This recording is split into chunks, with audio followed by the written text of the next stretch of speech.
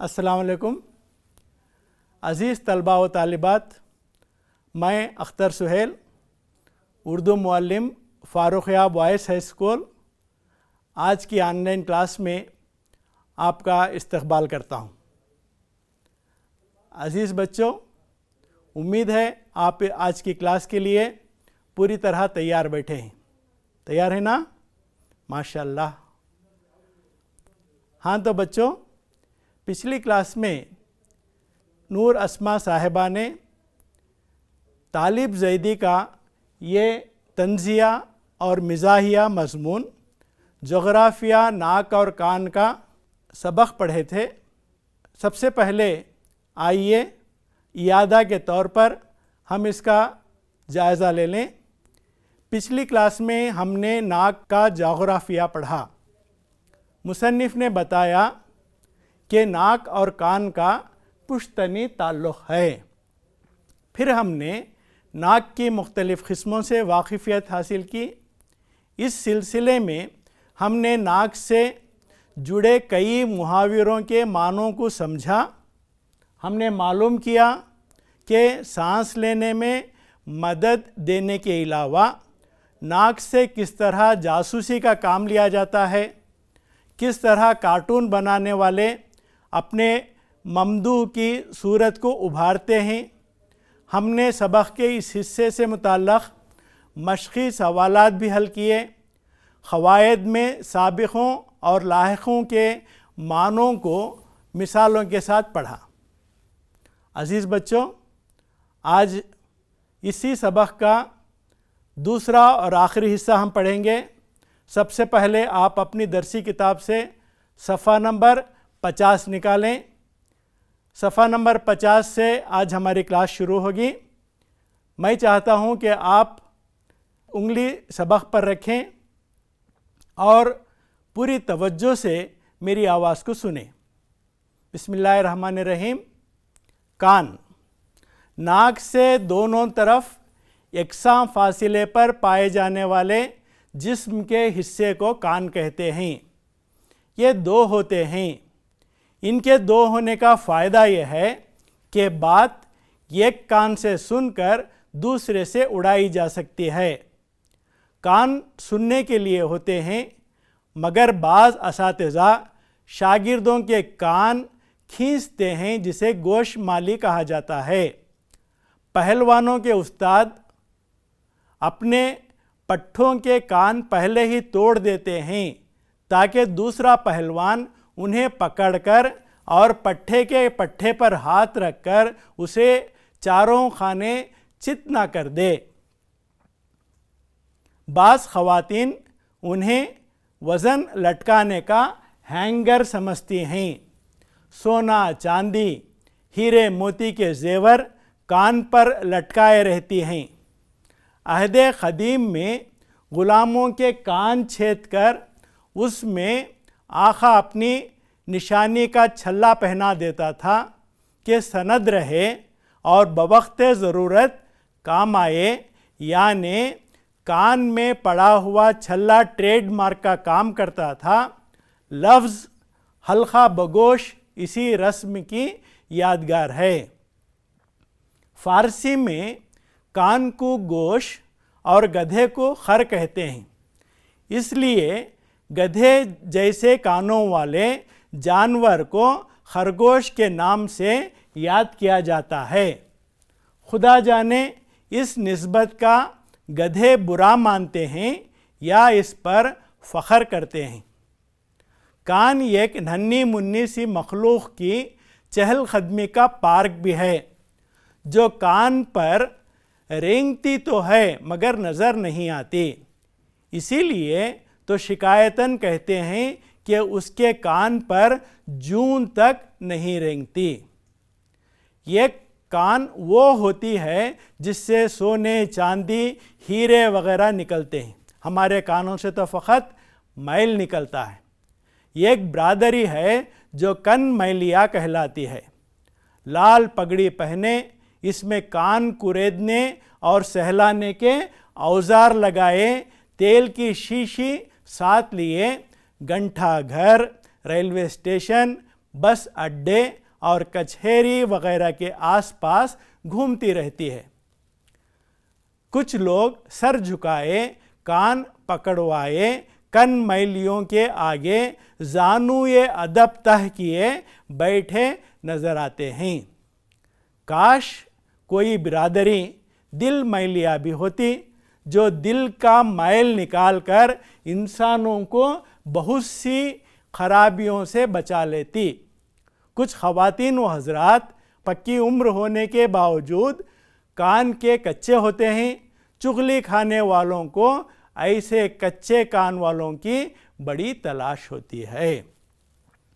हाँ तो बच्चों, अभी आप सबक सुन रहे थे, अब हम इस सबक को समझेंगे। गौर से सुनना है और अच्छी तरह सुनना है, ठीक है। यहाँ देखिए, सबसे पहले मुसन्निफ कान का जोग्राफिया बता रहा है। पिछली क्लास में आपने देखा कि मुसन्निफ नाक का जोग्राफिया बताया था और कहा था कि पेशानी के बिल्कुल नीचे, होंठों से ज़रा ऊपर, आँखों के दरमियान पाई जाने वाली ऊंचाई को उसने नाक कहा। कान का यहाँ जोग्राफिया बताते हुए कहता है, कान से दोनों तरफ एकसां फासिले पर पाए जाने वाले जिस्म के हिस्से को कान कहते हैं। यहाँ देखिए, कान कहाँ है? नाक के दोनों तरफ, और फासिला क्या है? एकसां फासिला है। जितना दाएं तरफ नाक से कान का फासिला है, उतना ही बाएं तरफ भी नाक का और कान का फासिला है। और ये कितने हैं? ये 2 होते हैं। कान कितने हैं? 2 होते हैं। अब देखिए, इनके 2 होने का फ़ायदा ये है कि बात एक कान से सुनकर दूसरे से उड़ाई जा सकती है। बच्चों, यहाँ आप देख रहे हैं कि मुसन्निफ ने तंज़िया और मिज़ाहिया तौर पर यह बात कही है, वरना साइंसी एतबार से कान के 2 फ़ायदे हैं। एक तो 2 कानों के होने से आवाज़ की सिमत का अंदाज़ा होता है और जिस्म का तवाज़ुन बरकरार रहता है, बैलेंस बरकरार रहता है। लेकिन यहाँ मिज़ाह के तौर पर कहता है कि लोग जो हैं एक कान से बात को सुनते हैं और दूसरे से उड़ा देते हैं। यानी इसका मतलब यह है कि लोग दूसरों की बातों को सुनी अनसुनी कर देते हैं, ठीक है। उसके बाद मगर बाज़ असातिज़ा शागिर्दों के कान खींचते हैं। आपने देखा होगा कि बाज़ असातिज़ा शागिर्दों के कान मरोड़ते हैं, जिसे हम कहते हैं गोशमाली। तजुर्बा बहुत तल्ख होता है, बड़ा दर्द देता है, लेकिन इसका लफ्ज़ बहुत अच्छा है। कान के मरोड़ने को क्या कहते हैं? गोशमाली कहते हैं। फिर पहलवानों के उस्ताद अपने पट्ठों के कान पहले ही तोड़ देते हैं ताकि दूसरा पहलवान उन्हें पकड़कर और पट्ठे के पट्ठे पर हाथ रखकर उसे चारों खाने चित ना कर दे।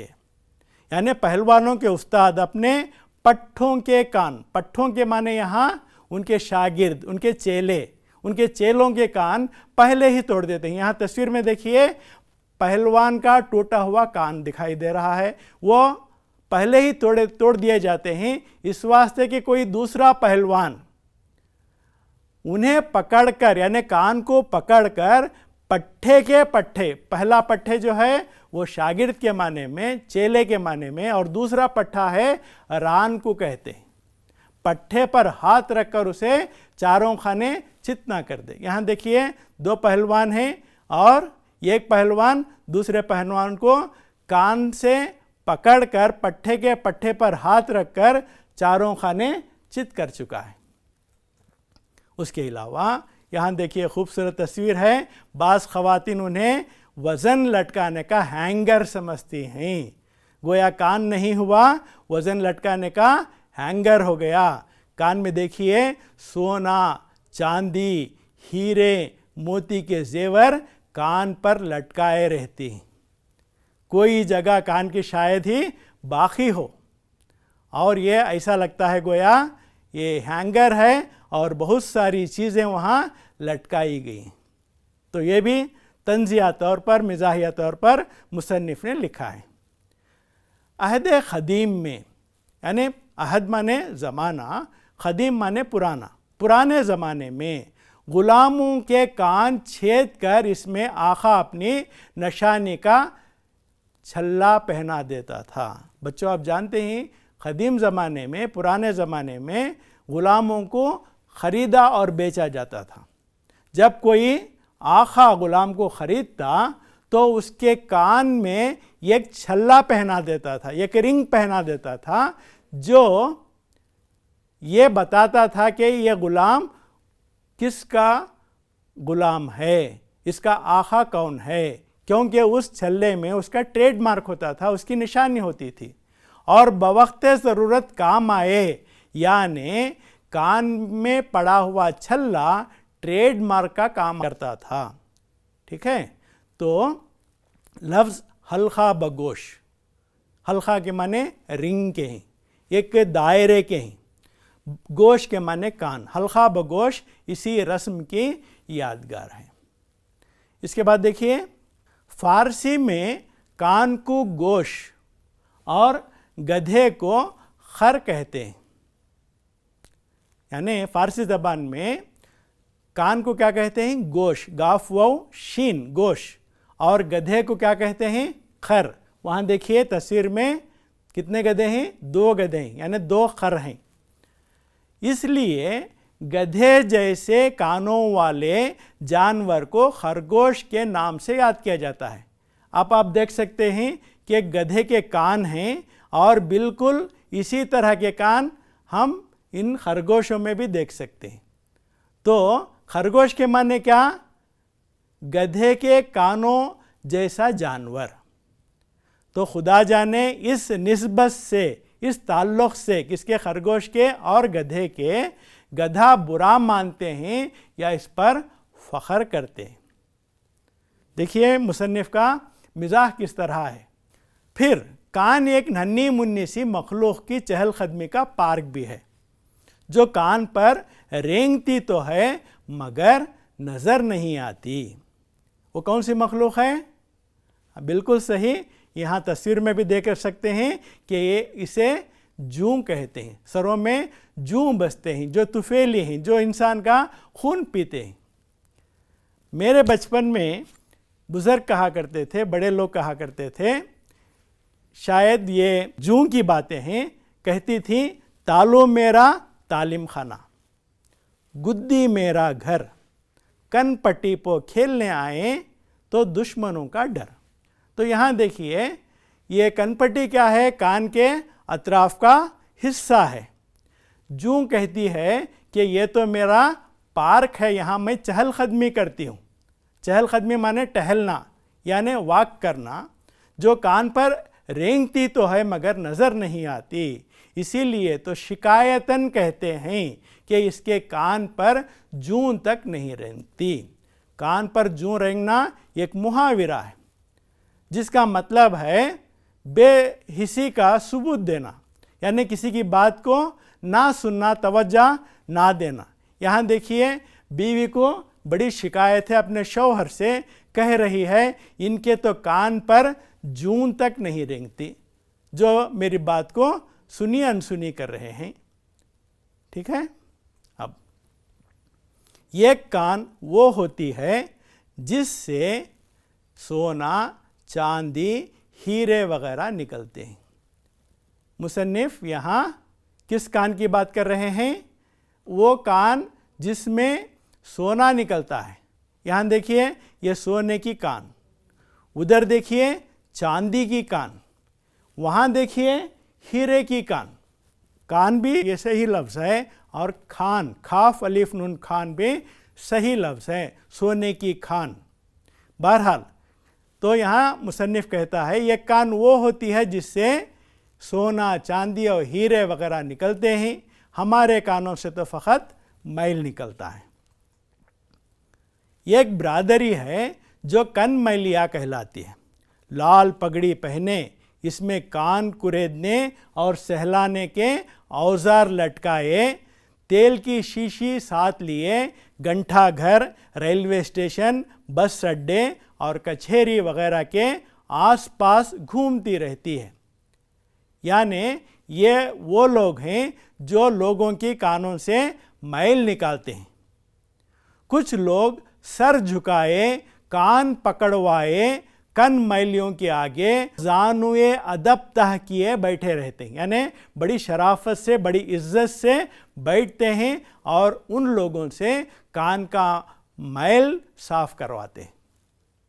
समझ में आ गया? इन लोगों के क्या कहते हैं? कन मैलिया, कान का मैल साफ करने वाले कन मैलिया हैं। यहाँ आखिर में मुसन्निफ ने एक अच्छी बात कही है, काश कोई बिरादरी दिल मैलिया भी होती जो दिल का मैल निकाल कर इंसानों को बहुत सी खराबियों से बचा लेती। कुछ ख़वातीन व हज़रात पक्की उम्र होने के बावजूद कान के कच्चे होते हैं। चुगली खाने वाले लोगों को ऐसे कच्चे कान वालों की बड़ी तलाश होती है। बहरहाल बच्चों, यहाँ पर ये क्लास ख़त्म होती है। अब सवाल जवाब की बारी है।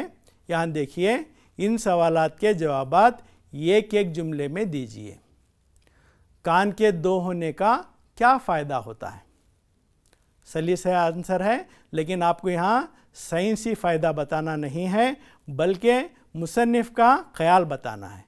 मज़मून निगार के मुताबिक दो कान का होने का फ़ायदा ये है कि बात एक कान से सुनकर दूसरे से उड़ाई जा सकती है। अब दूसरा सवाल, कान में पड़े हुए छल्ले को मुसन्निफ ने ट्रेडमार्क क्यों कहा है? क्यों कहा है? देखिए, कान में पड़े हुए छल्ले को मुसन्निफ ने ट्रेडमार्क इसलिए कहा है क्योंकि गुलाम के कान में लगे छल्ले से इसके मालिक का पता लगाया जा सकता है। तीसरा सवाल, इस जुमले की वजाहत कीजिए। काश कोई बिरादरी दिल मैलिया भी होती जो दिल का मैल निकाल कर इंसानों को बहुत सी खराबियों से बचा लेती। देखिए, यहाँ आपको मुसन्निफ़ का नाम लिखना है, सबक का नाम लिखना है और जुमले की वजाहत करनी है। ठीक है? फिर यहाँ देखिए, एक अच्छी मशक़ है। दर्ज झैल जुमलों की मदद से इनमें मौजूद मुहावरों के माने का सही इंतखाब कीजिए। यहाँ एक जुमला है जिसमें एक मुहावरा इस्तेमाल हुआ है।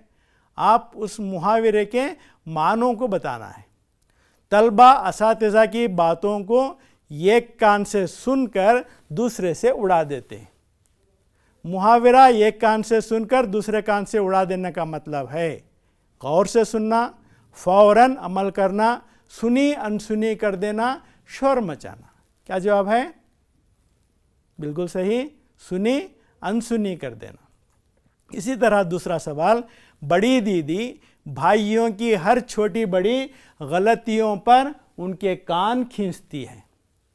मुहावरा कान खींचना का मतलब है खूब पीटना, सज़ा देना, बुरा भला कहना, रूठ जाना। क्या है?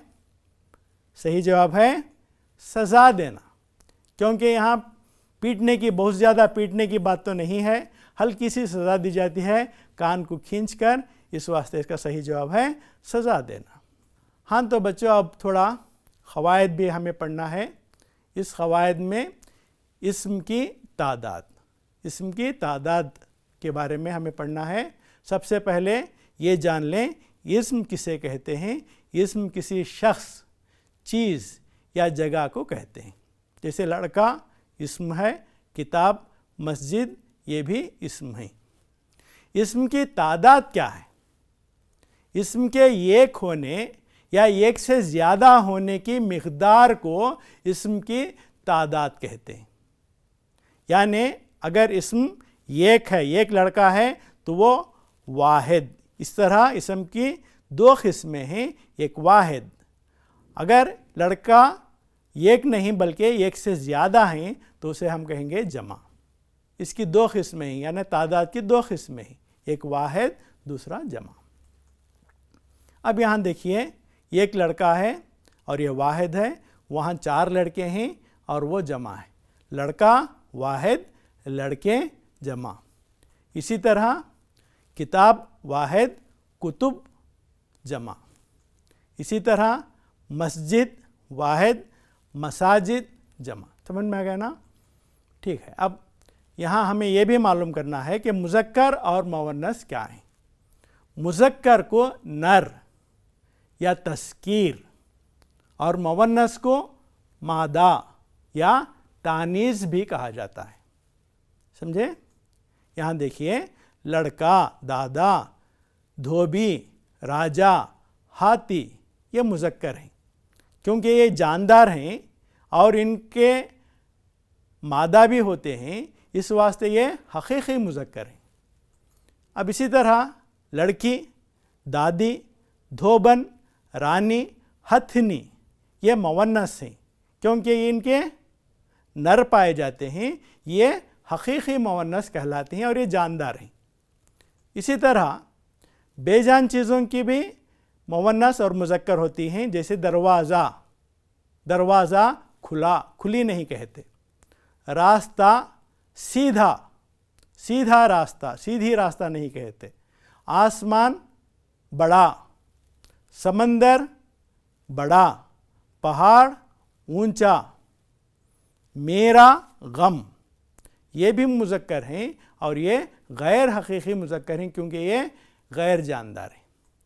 اسی طرح کھڑکی کھلی، سڑک سیدھی، زمین بڑی، ندی بہتی، پہاڑی اونچی. خوشی ملتی ہے یہ بھی مؤنث ہیں اور یہ غیر حقیقی مؤنث کہلاتے ہیں. اب دیکھیے مذکر اسموں کی جمع بنانے کے قاعدے. پہلا قاعدہ، جس اسم مذکر واحد کے آخر میں الف یا ہے ہو تو اسے یائے مجہول سے بدل دیں. جیسے لڑکا ہے، لڑکا الف پر ختم ہوا ہے اسے لڑکے بنائیں. غالیچہ ہے پر ختم ہوا ہے غالیچے بنا دیں. میوہ ہے جمع اس کی میوے. دوسرا دیکھیے یہاں لیکن بعض الفاظ اس قاعدے کے تحت نہیں آتے، جیسے سنسکرت کے الفاظ ہیں جیسے راجا، داتا، یہاں راجے داتے نہیں بنا سکتے. پھر رشتہ داروں کے نام جیسے نانا، دادا، چچا، تایا، آپا، ابا یہ بھی اس قاعدے کے مطابق نہیں بنتے. فارسی زبان کے اسم فاعل جیسے بینا، نابینا یہ بھی اس قاعدے میں نہیں آتے. اور آخر میں غیر زبانوں کے الفاظ جیسے سرما، گرما اس کے بھی ہم اس قاعدے کے اعتبار سے یعنی یہ لگا کر اس کی جمع نہیں بنا سکتے. قاعدہ نمبر 2، جس اسم مذکر واحد کے آخر میں الف اور نون غنہ ہو تو الف کو ای سے بدل لیں. جیسے دھواں، دھویں، رواں، رویں، کنواں، کنویں. اب تیسرا قاعدہ دیکھیے، جس اسم مذکر واحد کے آخر میں الف یا ہے یا الف نون نہ ہو تو ان کی واحد اور جمع کی ایک ہی صورت ہوتی ہے. یعنی واحد بھی وہی لفظ ہے، جمع بھی وہی لفظ ہے. صرف جملے کے اعتبار سے واحد جمع ہم معلوم کر سکتے ہیں. جیسے ہم کہیں قلم سستا ہے واحد، قلم سستے ہیں تو قلم یہاں جمع ہو گیا. اسی طرح بھائی واحد اور بھائی جمع. میرا بھائی آیا، یہاں بھائی جو ہے واحد ہے. میرے بھائی آئے، یہاں بھائی جمع ہے. شہر اور شہر، اگر ہم کہیں شہر آباد ہوا، شہر واحد بنا. شہر آباد ہوئے، اب یہاں شہر جمع ہو گیا. اسی طرح مؤنث اسموں کی جمع بنانے کے قاعدے. قاعدہ نمبر 1، جس اسم مؤنث واحد کے آخر میں ای یعنی یائے معروف ہو ان کی جمع کے لیے الف نون بڑھا دیتے ہیں. جیسے بیٹی ہے اس کی جمع بن گیا بیٹیاں. مٹھائی مٹھائیاں. لڑکی لڑکیاں. دوسرا قاعدہ، جس اسم مؤنث کے آخر میں یا ہو اس کے بعد نون غنہ کا اضافہ کر کے جمع بناتے ہیں۔ مثال کے طور پر یہاں دیکھیے چڑیا سے چڑیاں، گڑیا گڑیاں، پڑیا پڑیاں۔ تیسرا قاعدہ، جس اسم مونث واحد کے آخر میں صرف الف ہو، اس کے بعد حمزہ ای اور نون، حمزہ چھوٹی اے اور نون این بڑھا کر جمع بناتے ہیں، جیسے فضا فضائیں، گھٹا گھٹائیں، بلا بلائیں۔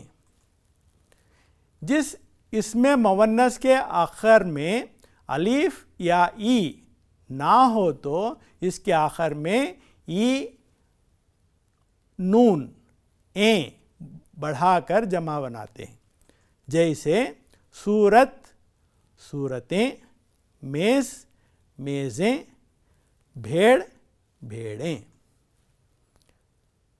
تو بچوں یادہ کے طور پر تھوڑے سوالات یہاں ہیں، بغور دیکھیں اور فوراً جواب دیں۔